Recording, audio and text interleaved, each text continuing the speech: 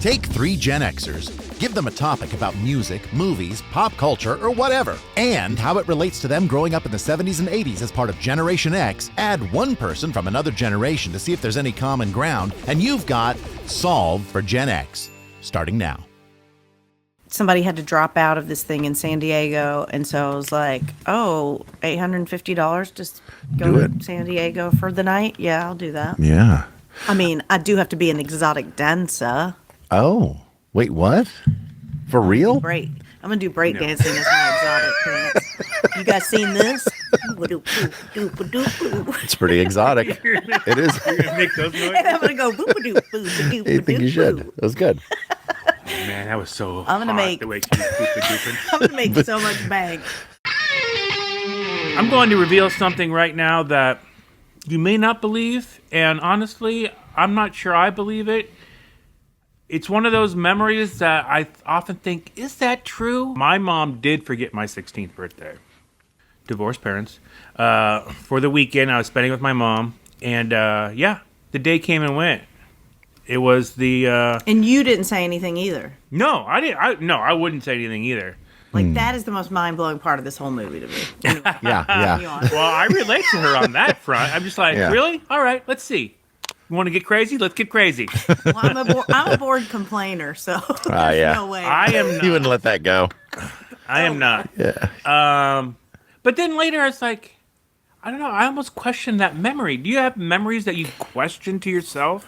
That seems like really crazy, far-fetched. But knowing my mom, it's really not.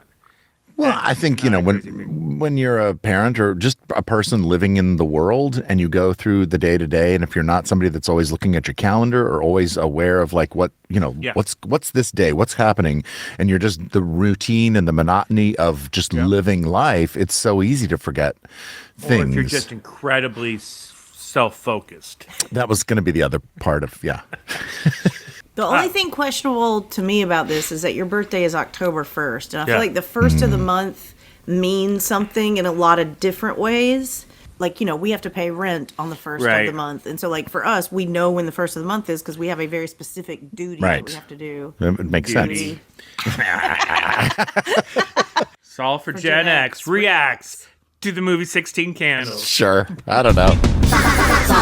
You're usually good at coming up with the Paint your parachute pants, Skinny ties, neon headbands, we rode our bikes, close helmet free. a nicotine from a vending machine. Decades, pastimes, memories, and master song. Solve for Gen X. Solve for Gen X. Solve for Gen X. Solve for Gen X. I'm Gen X 1971, Nate Starkey. I'm Gen X 1972, Ashley Ward. And I am Matt Vogel, Gen X 1970. When this movie came out in 1984, I was 13 years old. Depending on when it came out. I was 12 or 13. I think it came out in May. I feel like it was like May. And I did not see the movie 1984. contemporaneously. I mean, I saw it probably as soon as it came on HBO. I was the same. I didn't go to the movie theater like Kelly did. She's like, I remember going to the movie theater with my friends.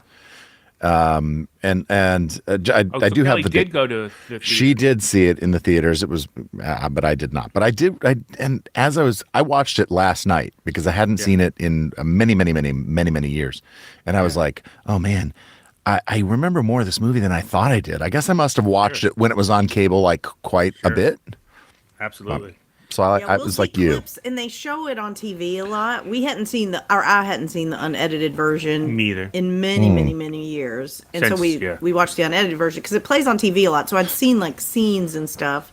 It is weird. I definitely did not see it in the movie theater. I was probably 11. And I did go to the movies a lot. But that might have been one where, it would have had to have been PG-13. No, it was PG. It's PG. It was originally set to be rated R, but then John Hughes lobbied for it to be PG. There's literally full frontal female nudity. It would have 100% and an been F-bomb. PG-13 if it had come out later that year. Oh, 'cause that's that was the when- Red year? Dawn was the first PG-13 movie. Oh, I always thought it was Raiders of the Lost Ark. No, Was first PG. Red Dawn was the first. I did think too. Raiders of the Lost Ark was PG. Or That- I thought the no, I thought second it was one. Romancing the Stone. Oh. Was the first PG. It might I have thought it been was one of this- the first ones, but Red Dawn was the first. Yeah. Huh. Pretty 16 Candles came out before it. So there was no PG-13 yet. So it was either R or PG, which right away is, I think, interesting. And when we bring our young guest in later, who is himself actually 15 years old now. Going on 16. Going on 16. It'll be interesting to talk to him. I wonder if he's ever seen, I mean, he's got the internet. He's seen, because he watched this movie. And I don't know if he saw the unedited version or not. No, I think he did. Yeah. But I'll be curious to see, because like I think kids that age you don't go to a PG movie and see F-bombs and nudity. No. What's interesting is there's no way this movie would have made a dime at the movie theater if it was rated R, because No. it is Yeah, it not a wouldn't have. movie for adults. No, it's Like, not. As an adult watching it now, it was so insanely cringy and upsetting. Well, that's also Yeah. because it was made in 1984. True. Yeah, I think that's right. I would even think an adult in 1984 would just be like, "What the heck?" Because we're Maybe. not because we don't really fit in, or adults now, like we are not like the adults that are in this movie. The grandparents or the parents seem a little distracted and very odd in a way. I mean, there is a lovely little moment with the father and Molly Ringwald when he says, "We forgot your yeah. birthday," which is Yeah. very sweet, but it comes like so lately. It felt Like very forced to me, that moment. Oh, I thought it was did pretty it? sweet. Did I you? felt the next did. moment with the mom feels a little forced for some and reason. The actress actually insisted on John Hughes adding that to the film because it was not originally in the film. And the actress was like, well, that doesn't feel right to me that the mom would not ever address it at all. It's made in 1984, so it's very problematic and it's racist and it's like all the things. All the Sexist. things. Sexist. Yeah. Things that Misogynistic, date rapey. Homophobic. very homophobic. Wait, where's the That's the one homophobic? Oh, yeah, a little bit of homophobic. They use the FA word a lot. Yeah. Oh, they do, yeah. Which, when we were growing up, that was just part of our vernacular, wasn't it? It was just I part was of saying It meant, like, not cool. I don't Yeah. no. I don't It meant- remember saying the FA word or hearing the FA word a lot, except as like a real epithet at someone. Now Real. calling something gay, that was very, and it was almost like in my brain anyway, when you would be like, I don't want to go to church, that's gay, which is a thing that like that usage of the word gay happened all the time. In my brain, not at all affiliated with homosexuality. Yeah, I think even I though agree with like that. I don't think anyone should pick it back up. Like I'm glad it's not used that way anymore. I don't Right. think it's good. But like how your brain just sort of like compartmentalizes it. Like, oh, that's a word like saying that's lame or that Yeah, sucks. for sure. Which we don't want that to be associated with the word gay. Right. Right. Well, I remember using that word again, like bringing my mom into our storytelling. Ooh, we'll never listen to this. The FA word or the The FA word. I remember being a kid, like maybe 10 or something, and her like she loved to wrestle with me and my brother, and we'd wrestle and play, and I remember her wrestling at me and like being on top and wrestling me and me using that word, like, hey, get off, you FA.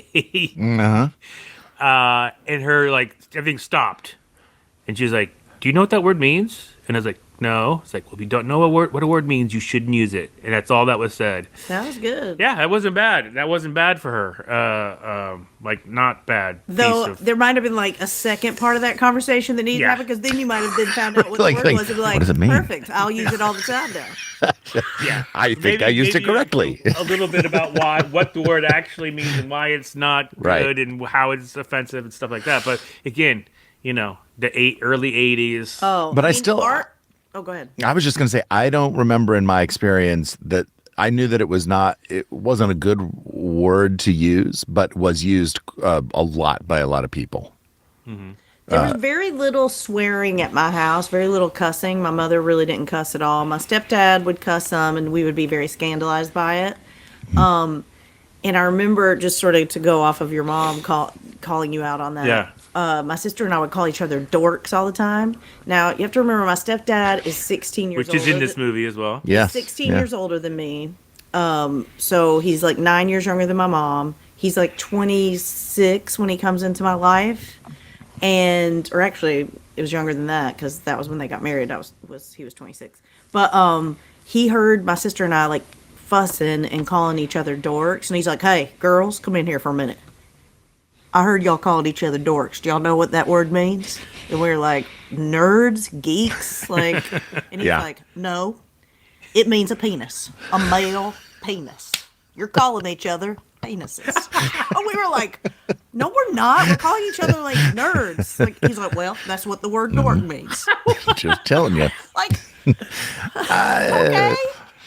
Which I think is true. Yeah, technically it's true. But it's not the context in which most people use it. I think he was just like, that's called a parenting win. He was totally just like, good job. Go. I'm 25. I just educated some kids. It means penis. A male penis. As opposed to. Because I remember distinctly him saying that because at the time I thought he said a whale penis. Joking. That would be a completely memory where I was just like, a whale penis. He's like, a male penis. So yeah, before we move on from the inappropriateness of this movie, like, okay, yeah, we also need to touch on the worst part of that's awful.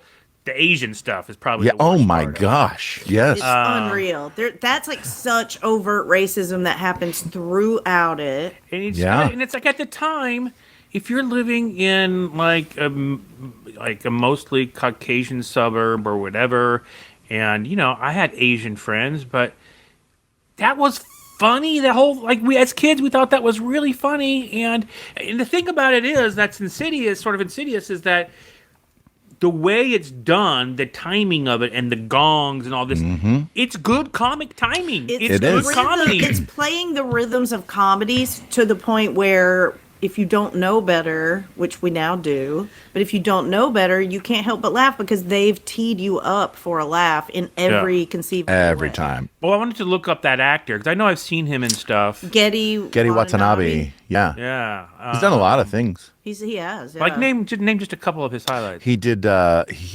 What was it was with Michael Keaton. It was about. Gung Ho. Gung Ho. Yeah. Like being this guy who's obviously a very talented comedic actor. Like he's hilarious in it. He's very funny. His performance, but he's like he has to play that role. You know what I mean? How's he saying no? It's like right. There's an interesting thing though in it too, because as much as it is punching down and being very racist, there's an interesting thing that happens in it where they're punching up because the grandparents have him as an exchange student, and they point out how they are exploiting him in a way that is very just like it's punching all around. Old white people decide to take an exchange student so they can make it unpaid labor. you know? Like that stuck out to me, and I probably did not even notice that like when I was age. Here's the thing though, is like it's like there were exchange students from Asia who didn't speak great English, but to portray that should be okay to do because it's truthful, but to play it for laughs is the thing that makes it insidious. And this is John Hughes's like weakness, right? Or his like, but it's also it's a sign of the times. But it's of the times, yes, yeah. It's of the times, but also like in Breakfast Club where Judd Nelson is under the desk and he goes to like, he can see like up Molly Ringwald's skirt, and he goes in like that, and it's like. A high school kid might want to do that or whatever, but like it's played for laughs. That's the problematic part of it. You know, like, isn't it funny that he basically molested her? In this film, they're like the geek. If we talk about Anthony Michael Hall, he's so good in this. So good. Oh yeah, so good in this. But he is kind of given. Jake Ryan's girlfriend and to take her home, and he's like, have fun with her, do whatever you want. She's passed out, and I think that's really a line, is do whatever you want. Yeah, he's like, you could have 10 different ways, or you could have her 10 different ways. She's passed out upstairs, and I could violate her 10 different ways. And I went to we were watching it together, and I was like, oh my god. Yeah. And then he allows her to have fun. He takes her, and then they do. And you wonder why, there's so many problematic guys, in this world. Very early in the movie, they have there's like all this like very like the overt racism with Long Duck Dong down to his name. Yeah. And then there's more subtle bits of it like Bohunk, and then an overt and subtle in its own way. But at the very beginning of the movie, the two girls are walking down the hall, and she's like, they're talking about what would be the perfect thing to get on your Sweet 16. She's like, a pink Trans Am, the perfect guy, and she goes, except black, and she goes, black guy, Right. like it's a total slapstick. Yeah, it is. It It's was so like, weird. Oh my god! You could not have said anything more absurd than that. Yeah. No, black Trans Am. I'm not a maniac. Yeah. This one also make sure we talk about just John Hughes' obsession with Molly Ringwald, and just that relationship between the two of them. I found it interesting, and just like reading about John Hughes, is that he grew up with like 2 or 3 sisters, no other boys in the house. He grew up in a neighborhood that was like, according to what I read, filled with women. There were no boys his age. So it's interesting that he like ended up writing for this woman character, but at the same time, he like first started working like as a comedy professional writer kind of person for National Lampoon. Yeah. And as a joke writer for Rodney Dangerfield and Joan Rivers. But the National Lampoon, and like, so that's the Animal House culture that you see 100% in this movie. And he wrote Vacation for National Lampoon. And you see the Animal House culture in this movie and in Weird Science. And, so he's an interesting dichotomy of things. I do think in this movie, kind of on that vein, in talking about Anthony Michael Hall again, in a lot of ways, like everyone thinks 16 Candles, the protagonist is Molly Ringwald. But in a lot of ways, Anthony Michael Hall is the dual protagonist. And what he does that I think is an insidious form of misogyny is he makes Molly Ringwald as Samantha the most sad, sacky, like nary a comedic moment that is not at her expense, really. Oh, this is what John Hughes does. Yes, John Hughes, sorry. Yeah. And Anthony Michael Hall is like, yes, he's a nerd. Yes, he's a geek, but he triumphs. He's funny. His fairy tale ending is sort of like the nerd that does good. She has this fairy tale ending of a boy comes in a red chariot and saves her. You know what I mean? Like it's very an antiquated fairy tale put into a modern context. But also for that time, it's the laugh. Right? And that's also, her character in every one of his movies. She's always the saddest sack. It seems like he's this like really loner, nerdy kid. So like really, Anthony Michael Hall is his avatar. Yeah. Right? Yeah. But he's trying as hard as he can to understand women because he grows up around women and he's all exposed to women. So he's like thinking about it like, and so that's Molly Ringwald is his best attempt to understand women, and he does a pretty good job considering how popular she was in the movies were.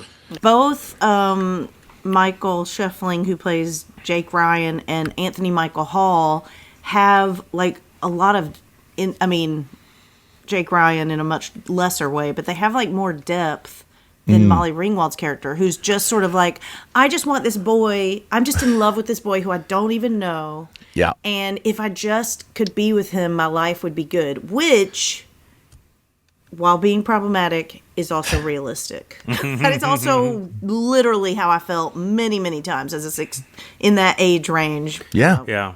Well, it's sad. Just thinking about everybody John wanted Hughes' that. defense, he did also write the Basket Case Ali Sheedy character, like who is a comedic relief in that film. And more self-aware. And he also character who I think Molly Ringwald was probably offered to play. I don't know which part, but in Some Kind of Wonderful, who's the drummer girl. Yeah. Oh, Mary Stuart Stuart Masterson. Masterson. That's a great character. That's That not just movie is a better version of any of his others in terms of like that. Well, I think in What's that making span of Pretty years? in Pink took. I mean, the studio took Pretty in Pink and sort of made him have to make certain choices because of the audience testing and stuff. And he was so angry about it that he then turned around and right after that wrote Some Kind of Wonderful, which was the movie he wanted Pretty in Pink to be. Interesting. 1987 was Some Kind of Wonderful. So we're going from 84. So it was only 3 years. But what Yeah. were there He made movies so between? many films. Yeah. In a very short span of time. If we wanted to right? make this about John Hughes and not just 16 Candles, I could go through like how prolific he was. It was Really was. amazing. The other thing, though, I was gonna say was like one thing that I love about Anthony Michael Hall's character that again I think is truthful because I knew these people is that like nerdy geeky guy who actually just has an insane amount of confidence. Yes. And as the kids would say today, Riz. Riz. Or as they would have said a year ago. Maybe. I don't know. Who knows? I don't think it's gone Wait, probably. so but explain that to me, y'all. Charisma. Oh. yeah. But like that is what is revelatory about that nerd character. There had been sort of like the archetype nerd, but then you have Well, the other think two of- guys are the archetype nerds. Yes. John Much more, Cusack yeah. and the other Yes, guy and are the other archetype guy. nerds. And their sort of mean backbitey relationship also extremely realistic. And I also so like there's certain things it's weirdly the movie to me watching it and thinking back on it is weirdly both very realistic and also like what world is this? Like there's like so many aspects of it where I'm like, oh my God, that is so true. Cringy but true. And other things where I'm just like at the end, and I mean, this is cringy but true a little bit, but it goes too far. When Jake Ryan and the girl Carolyn, the girlfriend, are talking, and she's like, "I'm covered, don't worry." And I'm like, Yeah. what the like hell? What movie is this 40-year-old now? What What's 40-year-old happening? divorce is happening in front of me with these two like 18-year-olds? The idea that at the end of this movie, the dad's like, "Oh, we're going to your sister's reception. She just got married. Oh, where's my younger daughter? Oh, she's going off with that 30-year-old guy in that Porsche. Yeah, that's cool. Yeah, That's it's cool. fine. Have fun. Yeah. He's like, well, I did forget her birthday. I guess I guess. I guess I owe her the right to This? hang out with the dude 10 times older than her. Yeah. 10 years older than her. He literally was almost 10 years older than her in that movie. Yeah. She was actually 15. She's and he was 15, 23. 23. So- Yeah. 8 years older. And like at that time of your life, that's a huge difference. Yeah. That is a big. But The only other thing I just want to say is I just want to like touch on just like Anthony Michael Hall like is so good in this movie. I don't maybe John Hughes is just great at casting. But like it seems like Anthony Michael Hall makes this movie work to me. Oh, yeah, He is there's- the thing that makes me like this movie, and he is so good in all of John Hughes' movies. And I even like him in Johnny Be Good, which is not a popular movie or I've never seen it. reviewed I or don't know critiqued it. movie. Don't watch it. No, Yeah, okay, I he's won't watch really it. funny in it, in my opinion. And I just want to just talk about Anthony Michael Hall a little bit more. Obviously, John Hughes wrote parts for him. The Pretty in Pink part that John Cryer wrote was for him. The Cameron part and Ferris Bueller was written for Anthony Michael Hall, which I didn't think about before, but that makes sense, right? Yeah. But then also Anthony Michael Hall turned down the lead role in Full Metal Jacket because the money wasn't right. Which is insane. Which is insane. yeah. This wasn't his fault, but he developed the Basketball Diaries with what's his name? Who's the guy who the wrote poet guy. Jim I can't remember Carroll? his name. Yeah, Jim Yeah, Carroll. Jim Carroll.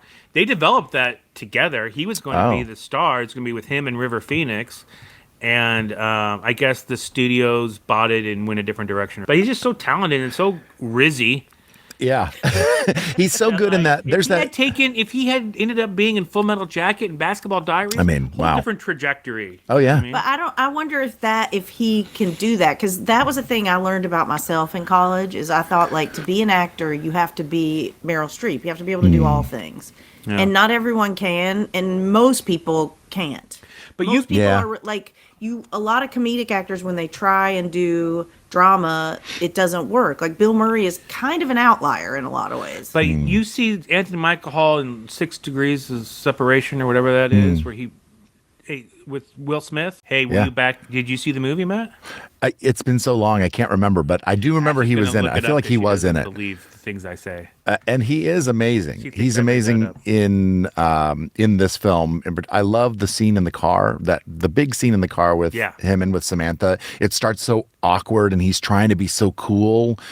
And this kind of goes back to that thing Ashley was talking about, like the double protagonist. And then he kind of becomes the driver of this scene in listening to her, and it becomes this very sweet scene about. But that's because of him, really, like because he's interested. Now he does need something from her ultimately. Right. That is kind of and he's creepy, but it's in such a way it's very innocent, it seems. It's sort of like a rule that I have for myself. Like, I'm not really ever attracted to huge, bulky, beefy dudes. With exceptions. I dated one in high school, and I did not like it because I like the sense that if I had to, I could go if I had to whoop someone's ass. Yeah. Or I had to get into it. That was a thought I had from a very young age, which is sort of disturbing. But from a very young age, I was I have to feel like I'd have a shot at being able to escape, get a couple of licks in and get out. Yeah. It's delusional. Yeah, I know. I mean, I would just kick you in the nuts, dude. But you can do that to anyone. Yeah, but a bigger guy, it would be Their harder. nuts don't hurt as much. Well, if they're using steroids. Before our guest comes on, I do have a couple of other little things I had thought about. There's a lot of she's talking to herself, a lot of self-monologuing in it. And there's one single breaks the fourth wall moment for the geek.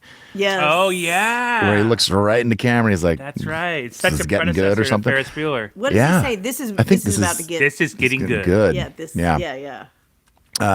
But when did you ever would do that little inner monologues out loud, oh, this is so Ferris Bueller. Yeah, but looking in a mirror and speaking, do you ever look in a mirror and just speak honestly to yourself? Maybe, sure. maybe. I need 4 inches of bod and a great birthday, she says. What the heck? I don't know. I also love that there's just so many little pop culture references, even very early on to really It's sets so us in the nostalgic. 80s. Yes. There's a Charlie's Angels lunchbox that the youngest daughter has, and I was like, oh my gosh, I remember that lunchbox. Who'll marry her, Mr. T? It's just the posters in their house are posters that we had, the LA ones with the leg warmers. We had that, oh my gosh, we had that poster. And just the high school shots. Yeah, different ways people had their hands through the hole in her jeans. The 3-ring, the denim 3-ring binders. Yes. I remember the texture of those, and when she was writing the quiz and her handwriting, you could see the texture of the vinyl, the denim thing below. I just thought it was to put you in that place of the 80s. It really took me to that time. In a very nostalgic way. Yeah, I don't know. I was going to say, just sort of off of your thing from the beginning, my parents didn't forget my 16th birthday, but they were out of town for my 16th birthday. And I stayed with my high school chorus teacher. And she had a rehearsal. I was supposed to go on a date with my big crush, who I had taken him out for his birthday, for his 18th birthday. I mean, he drove, but I paid for the meal, because I had such a crush on him. And he was supposed to come back from Georgia Tech college, come back to Conyers and take me out for my 16th birthday.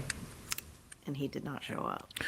And so I sat by myself in my chorus teacher's house and called my best friend and cried. And I was so upset. And I was just like, this is it. And it was his idea. He was like, hey, I want to take you out for your 16th birthday. And I was like, oh my God, it's happening. Our love is beginning to bloom. This was my fairy tale version of what my 16th birthday would be. This guy that I'd had a crush on since 8th grade, who was older, who was coming home from college to take me out. I was just I couldn't believe it was happening, and then it didn't, and I was just like, yeah, that seems about right. Oh, man. I was so sad. I feel like every story I tell about me as a young person is so sad. Well, we all have those. We've all had them. We all relate, I think. So for Gen X! Hey, Carter. Hey! Hi. Hello. Hi. It's good to see y'all. Carter is our nephew. We're very proud of him. He is 15 years old. Going on 16. So you are the same age as Farmer Ted from the movie 16 Candles. How does that feel, Carter? Do you feel like you relate to Farmer Ted? Which one is Farmer Ted again? Could you remember? Wait. The geek. The one that looks like your dad. Oh, the blonde. That I'm not too fond of being that close to Farmer Ted.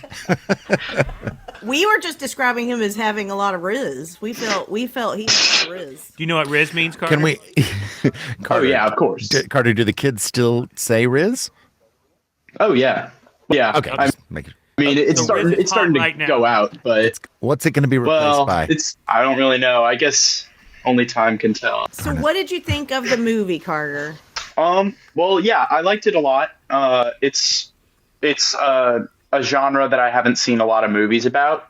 So that was a really neat thing to see. I watch a lot more like actions, and yeah, I watch a lot of comedies as well. So this was along those lines, but like a teen romance movie isn't something that I normally am drawn towards.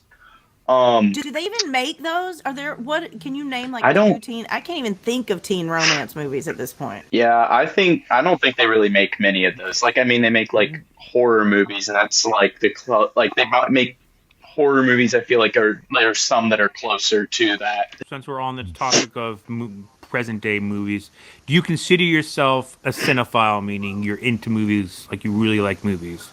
Definitely not. I mean, not. I like. Yeah. I mean, Are there? I Do watch you have movies. friends that are? Do you know people that are, or that's just not? Yes, I have a friend who's really into movies. He watches a lot of movies for the cinematography and the filmmaking aspects. I imagine because of all the streaming content and the way that you just watch things differently, and you sort of were in school during the pandemic, that going to the movies is not the thing that it was for us. Yeah, definitely not. Yeah. I've been to the movie theater once this whole year, and probably 2 times last year. But Henry goes a lot.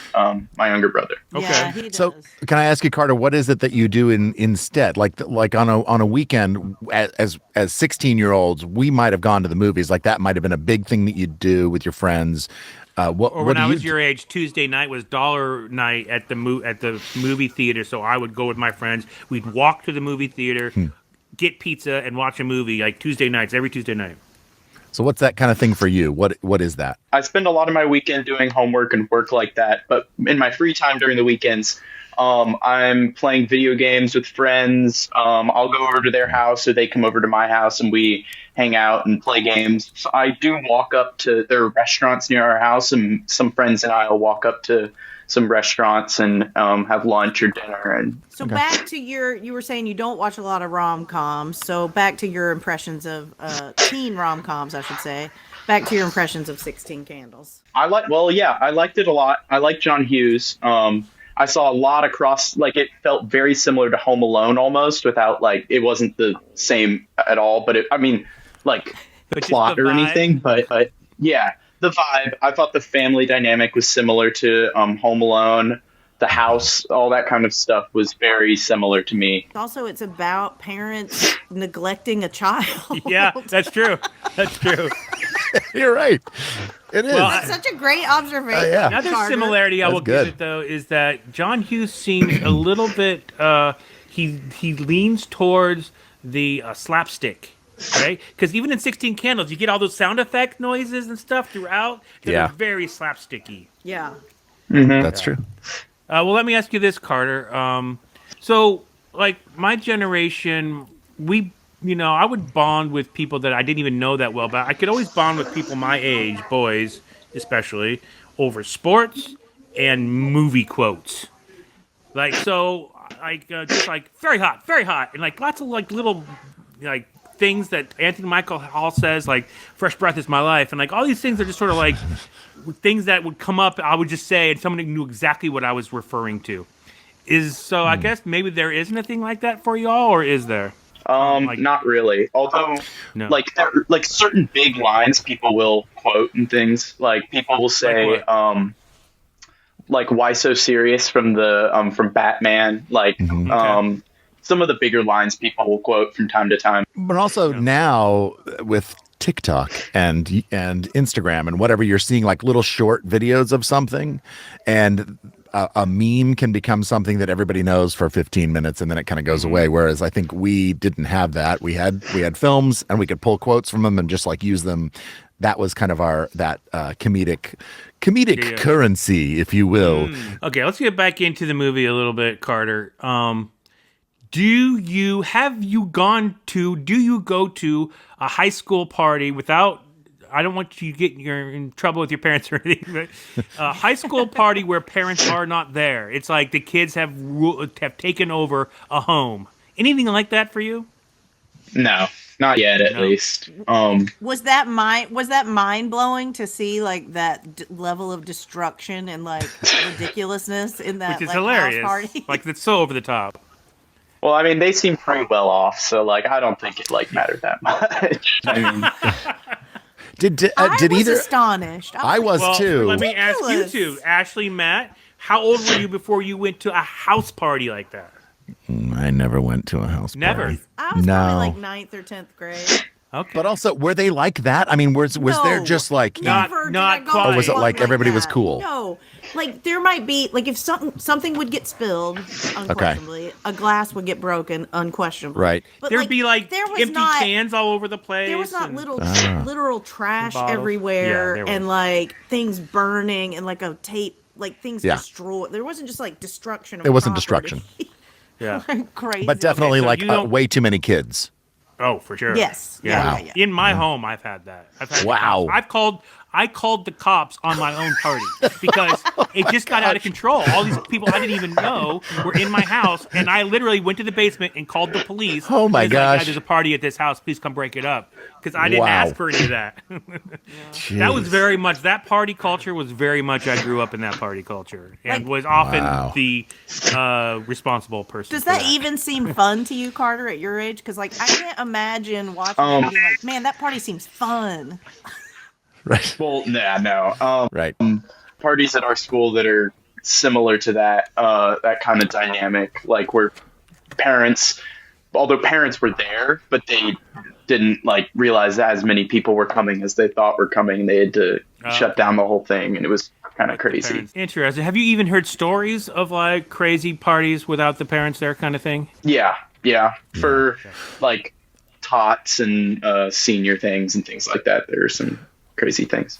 Yeah. What's So, TOTS? well, tots it's like senior challenges. They have to they break them up into groups of teams, and then the second semester seniors will it's like that team, if you drive 75 miles an hour on the whatever road, then you get 5 points or 150 points for tots or whatever it is, and like just No, like that's not a crazy good stuff. thing. Don't do that one. Yeah. It's not a good thing. Carter, in this film, was there any character or characters that you felt that you related to? Well, I don't know if I completely relate to Farmer. I forgot his. Ted. Sorry, Farmer Ted. Farmer Ted. You can call I don't know him. if Yeah, I yeah. completely relate to him, but I think he was definitely my favorite character. For sure. Yeah. And I kind of relate to the brother a little bit. He's so wise brother, I like him as well, and brother. yeah. Yeah. that kid, the actor. That kid is a guy named Justin Henry who was in the movie Kramer versus Kramer, and he's really good Yeah. in that movie too. Very, Yeah. very different movie. Well, let me ask you this, Carter. What you said you really liked the movie. What did you like about it? Well, it was kind of a story that I can relate to, like being set in a high school, having interactions with kids who are like the same age as me, and also like seeing her parents don't really listen to her, and I mean, not to like say anything about my parents, but You're safe. You're safe. This They is won't safe listen to zone. this. just kind of, I hope not. Just kind of. Were any of those visuals that you saw, because it is from 40 years ago, anything that you saw or any of the things that people said, was it like, oh boy, this is either cringy or or just confusing or like what? yes, or did they wore that, or any of those kind of like things to you? The main character had a lot of like makeup on in a couple scenes where it was like purple makeup or something like that, if I remember correctly. Yeah, it was like, I was just like, oh, that's yeah, a little much. I don't know. Yeah, a little much. Do you wish that they made more like teen rom-coms like that, or teen like that kind of movie? Would you want to see those if they did? Because I don't think they do. They don't really make many, I don't think. I don't think it's my favorite genre, but I think I would probably go to see them, or I'd see them with friends, or something like that. Like, I wouldn't like go out of my way to go see it. That has to be one of the raciest PG movies you've ever seen, I would think. Yeah, Like, definitely. That's I don't know how that was PG, but yeah. Right. You feel like it depicted teen romance accurately by today's standards? Probably not. I think the whole plot line was really unrealistic, with like the football captain like just falling for her completely, like without like any.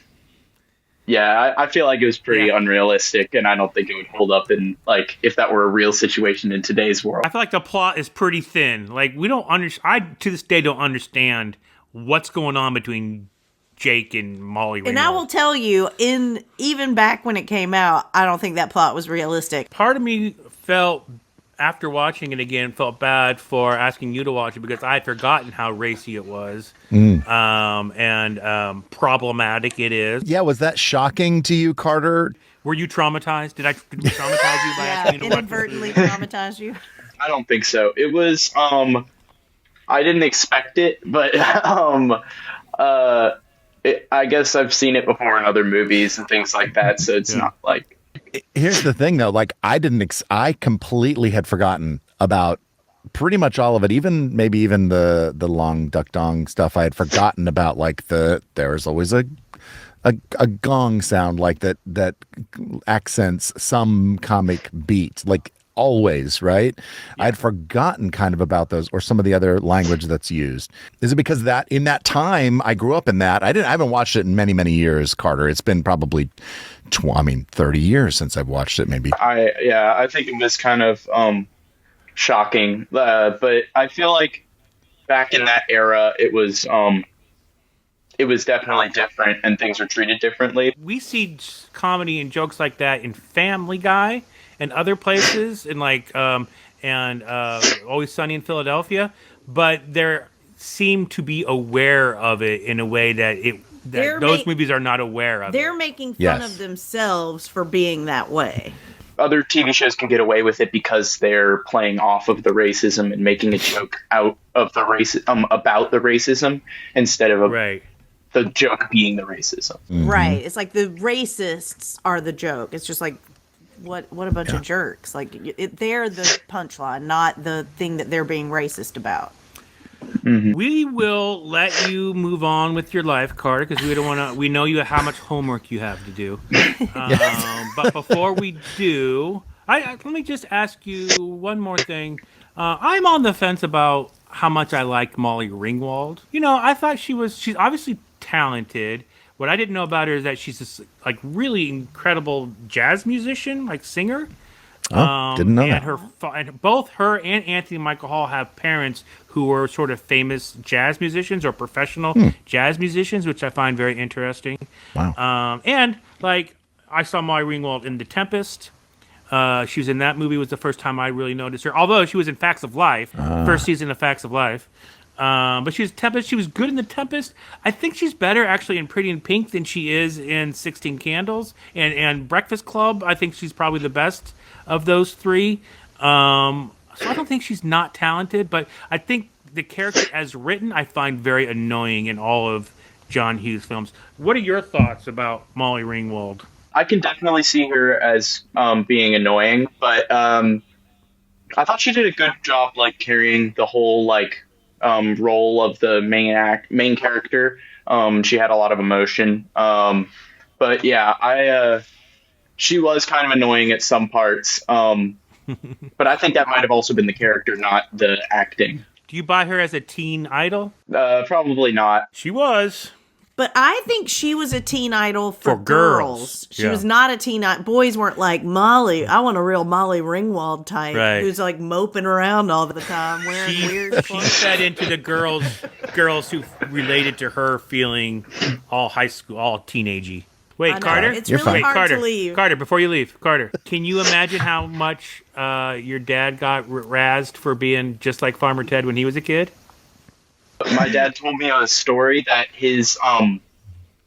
that my uncle, his brother, came down to the breakfast table when they were growing up, and he just like couldn't stop laughing.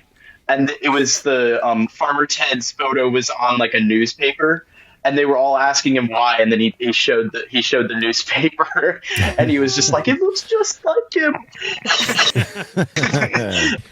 Thank you for joining us. It was good to see you.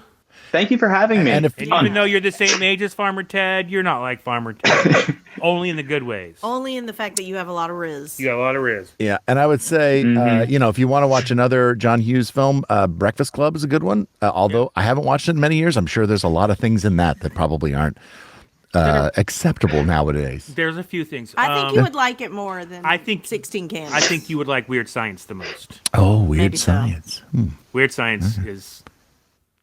Thanks for joining us, Carter. Love you. Nice to see you. Love you, and Ashley. Love you. All right. Thank you so much for having me. Wait, do you love Matt? All right. It's all right. Oh, yeah, okay. of course. Matt, that you love. Oh, yeah. And I love you too, Carter. Take care. All right. Take care. Okay. He's so cute. Yeah. I can't even deal with it. I can't handle it. He's so cute. All right. Any last parting thoughts about this film? I remember you saying, Nate, you're like, she's kind of annoying, and I kind of felt for her.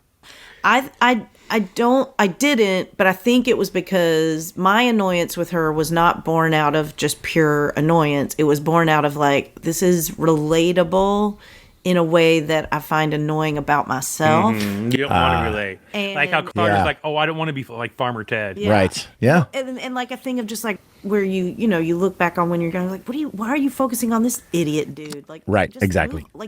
You're fine. Move on with your life. Tell your parents right away. And also I was annoyed that she didn't just go hey y'all, it's my birthday. Right. Why didn't she just speak up? Are we not going to talk about that today? Yeah.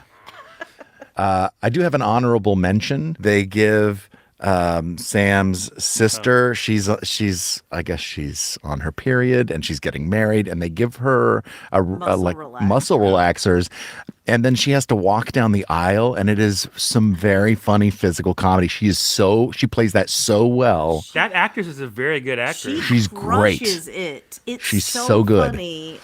At the end when they're walking out and they're throwing rice, and she's jumping up and catching it in her mouth. so goofy. And then she gets in the car and puts the chauffeur hat on in the front seat of the limo. It's the younger sister is her real life sister, Molly Ringwald's actual sister. Wow. Also, though, you mentioned Joan Cusack as honorable mention. Oh, Joan right. Cusack working that headgear like So nobody's business. funny. That sweater that she wears with the skirt that she goes up to use. That's so great. Her mouth. Okay. Okay. Oh. That is a scene that does not need to be in the film at all. It doesn't do anything but give you a moment of just joy. Joyous to watch. As problematic as that time period and some of the moments in the movies, all his movies are, that is kind of his genius, is that he's so good at those little comedic moments and directing them and writing them or casting them or whatever he's doing that appears in his movies over and over and over again. And when Anthony Michael Hall dances around her, and for years I denied that he farted at the end of that dance. He does a big split, and I was and so I think it might have been Michael Escamilla was no, he farts at the end of it. And I was like, what are you talking about? Because there's a lot going on. And we didn't frankly need the fart. Well, you didn't even really notice it. The TV version edits the noise, maybe. Maybe. It was definitely there. And we were did he just did he fart? So I'm pulling for myself out of the, let's see what happens. All right. Toy history. Favorite toys that we had and those we wanted, maybe.